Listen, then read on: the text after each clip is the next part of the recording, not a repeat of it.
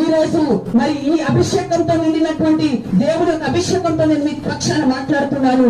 మీరు ఈ రోజు నుంచి సాతాను తలను చిన్నగా తొక్కుదుగాక, దాని యొక్క ఆయుధాలని మీరు ఆయుధాలైపోను గాక, మీకు విరుద్ధంగా రూపింపబడిన ఏ ఆయుధం వర్ధిల్లక నుండును గాక యేసు నామమున. అలాంటి ఆ కృపతో మీరు నింపబడుతురు గాక. మరి దావీదు జయము పొందుకున్నప్పుడు జయము దేవుని నామానికి జయము కలుగును గాక అన్నారు. ఈ రోజు దేవా నీ నామానికి జయము కలుగును గాక, యేసు నామానికి జయము, యేసు నామానికి జయము, యేసు రక్తమే జయము, యేసుకే జయం జయం జయం అన్నప్పుడు మరి అక్కడ కూడా గాడిదపై వచ్చినటువంటి యేసు ప్రభువు అన్నారు, నా దావీదు కుమారుడానికి జయము జయము జయం అన్నట్టు ఈ రోజు నీ జీవితంలో నువ్వు ఎప్పుడైతే జయ మాటలు పలుకుచుండగా నువ్వు అపజయం పాలైనటువంటి ప్రతిను విజయము పొందుతాడు కాక యేసు నామమున.